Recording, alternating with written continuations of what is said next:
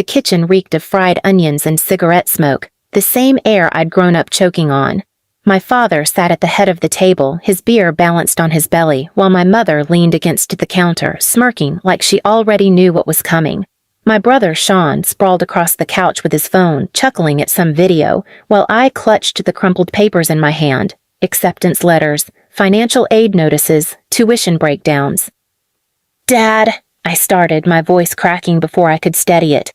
"The deadline for my college payment is next week. I need to put down at least part of the tuition. I was hoping you could help with it, even half. Please. Please subscribe to our channel and tell us in comments from where are you watching this video." The room went silent for a beat, then Sean snorted without looking up. "Why don't you just quit whining and get a job at a diner? People like you don't belong in college anyway." I ignored him, my eyes fixed on my dad. He leaned forward, eyes narrowing like my request was an insult carved into his skin.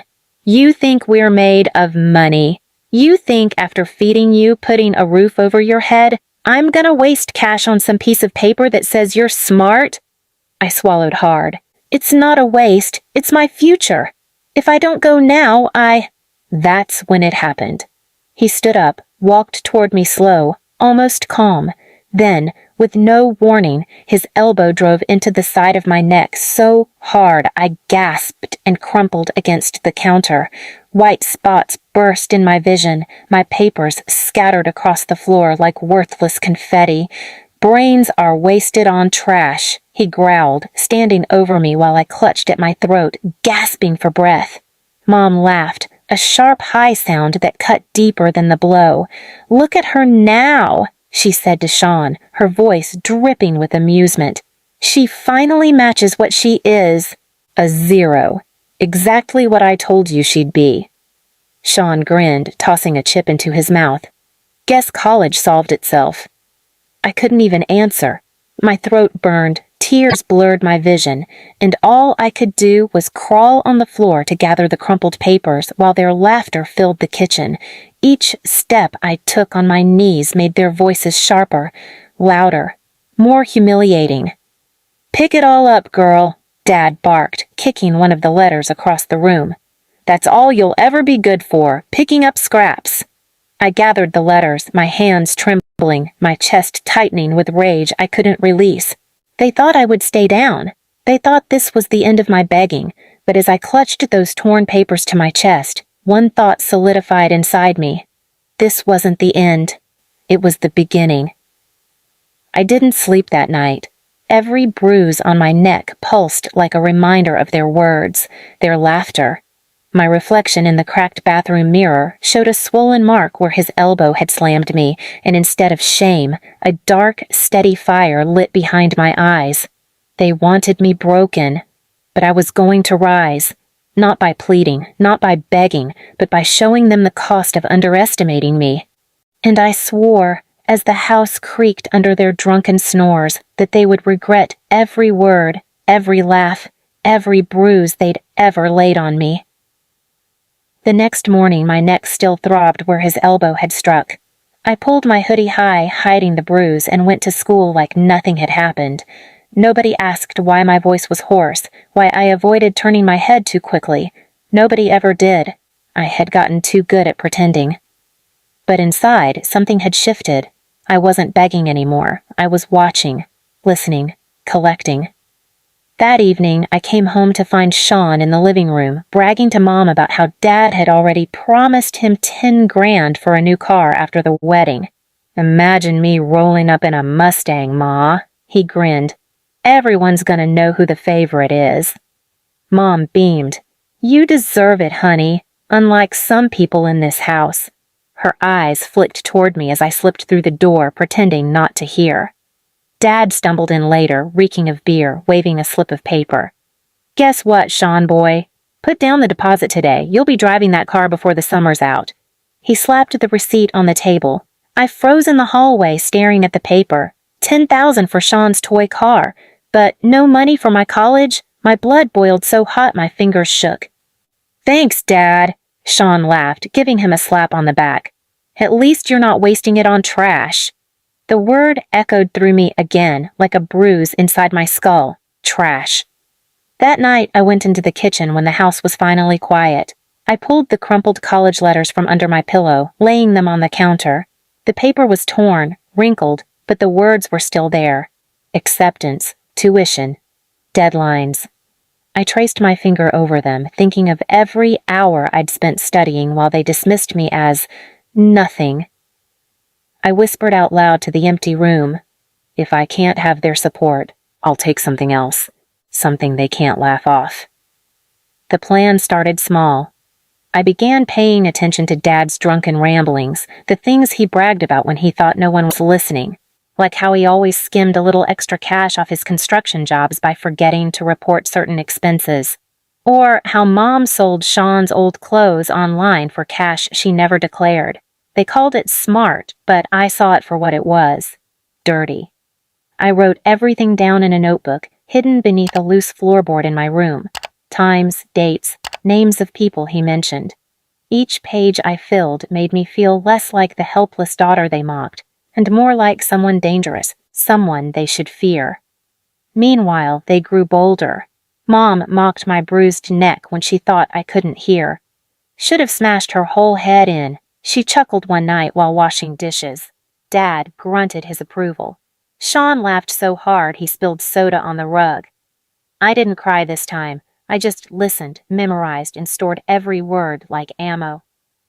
The turning point came 2 weeks later.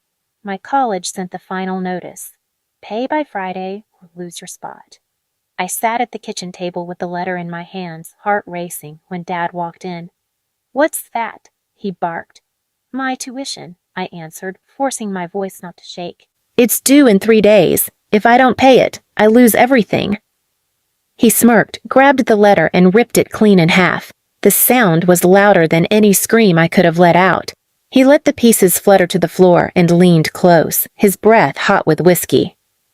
"You'll never be more than you are right now," he sneered. "Zero." Mom clapped her hands together like it was a show. "Bravo! Finally she gets the message." Sean whistled, pulling out his car keys.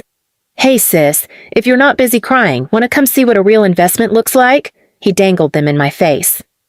The laughter roared around me again, but I didn't break this time. I looked each of them in the eyes, one by one, and for the first time, I smiled. It startled them, just for a second, but it was enough, because in that moment, I knew something they didn't. I had all I needed to crush them. Not with fists, not with begging, but with their own secrets. And when I walked back to my room that night, my neck still aching, my hands clenched around that hidden notebook, I whispered to myself, "They made me zero. Now I'll make them nothing." Friday came fast, the day my tuition was due, the day they thought they'd buried my future. Dad was gone early, bragging about a new side job. Mom sat in the living room painting her nails, humming off-key. Sean pulled up in his shiny Mustang, blasting music, revving the engine loud enough to rattle the windows. "Don't stare too long," he smirked at me from the doorway. "Trash doesn't deserve dreams or cars." Mom laughed so hard she nearly spilled her polish. "She doesn't deserve anything but what she gets, and she'll keep getting it as long as she breathes in my house." Their voices dug deep, but my hands didn't shake this time, because I was ready. That night, after they all went to bed, I pulled the notebook from under the floorboard. The pages were filled now. Every shady deal, every cruel laugh, every careless admission they'd ever made when they thought I was invisible. I slipped it into my backpack, along with a flash drive I'd been building for weeks. The drive held recordings. Dad's drunken slurs about stealing on the job, Mom's casual boasts about reselling without taxes, Sean bragging about faking injuries for insurance cash. It was their entire empire of lies stacked against them. I didn't go to college that week. I went to their world. On Monday morning, while Dad was busy at a site, I walked in with the drive to his boss, a man with thick glasses and a stern face. "You don't know me," I said, voice steady, "but I know what he's been doing with your money." I laid down the proof, ledgers, dates, and audio clips. The man's expression hardened with every page. By Tuesday, Dad was screaming at home. He'd been fired, blacklisted from half the city. "Someone's trying to ruin me," he bellowed, veins bulging, spit flying. Mom tried to calm him, but the panic in her eyes betrayed her. Wednesday, I handed the IRS my mother's little online empire. Every dollar she'd hidden, every fake account, every scheme she'd thought too small to matter. When the letter came in the mail, back taxes, penalties, seizure threats, she collapsed into a chair, white as the paper she clutched. Thursday, it was Sean's turn. I sent his insurance fraud recordings straight to the company he'd bragged about milking. By evening, his precious Mustang was towed away, repossessed to pay the debt he'd faked. He chased the tow truck down the street barefoot, screaming, while neighbors peeked through curtains. And I stood at the window, arms crossed, watching them crumble. But that wasn't enough. They'd called me zero. Trash. Nothing. If I stopped here, I'd only proven them wrong quietly. I wanted them to choke on it. So, Friday night, 1 week since Dad smashed his elbow into my neck, I made dinner. Real dinner. Roast chicken, mashed potatoes, gravy. The smell filled the house, pulling them into the kitchen, suspicious but hungry. They sat, confused, plates in front of them. "What's this?" Dad asked, narrowing his eyes. "Dinner," I said calmly. "A celebration." Mom sneered. "Since when do you—" "Since tonight," I cut her off. "Since I decided to feed you one last meal before you starve." They froze. Sean laughed nervously. "What's that supposed to mean?" I pulled 3 envelopes from my pocket, laying them in front of them like cards in a game. Dad opened his first, termination notice, blacklisting details, reports of fraud. His face strained. Mom tore hers open. IRS penalties, audits, threat of asset seizure. Her hands shook. Sean ripped his apart. Insurance fraud charges, repossession notice, canceled policy. His jaw dropped. The room went dead silent. "You called me zero," I said, voice steady. "You broke me, mocked me, crushed me. But zeros? They multiply. And I just multiplied your sins until you were nothing." Dad shoved the papers away, face red. "You think you can destroy this family?" I leaned in close, locking eyes with him. "You already did. I'm just making sure the world sees it." Mom's Polish-stained fingers trembled as she reached for my arm. "Please, you wouldn't—" I pulled back, smiling cold. "I already did." I stood, left them at the table with their plates untouched, their lives unraveling before their eyes. Behind me, Mom began to sob. Dad cursed until his voice broke. Sean muttered, "This can't be happening," like a child repeating a prayer. But I didn't turn back. I walked out the front door into the night air, the stars above brighter than they'd ever been. For the first time, my chest didn't feel hollow. My neck still ached where his elbow had struck, but it no longer felt like a wound. It felt like a scar I had branded back onto them. Because they had smashed my dreams, called me zero, treated me like trash. But in the end, I left them choking on the only truth that mattered. They had nothing left. And I had everything they thought I'd never earn, my freedom.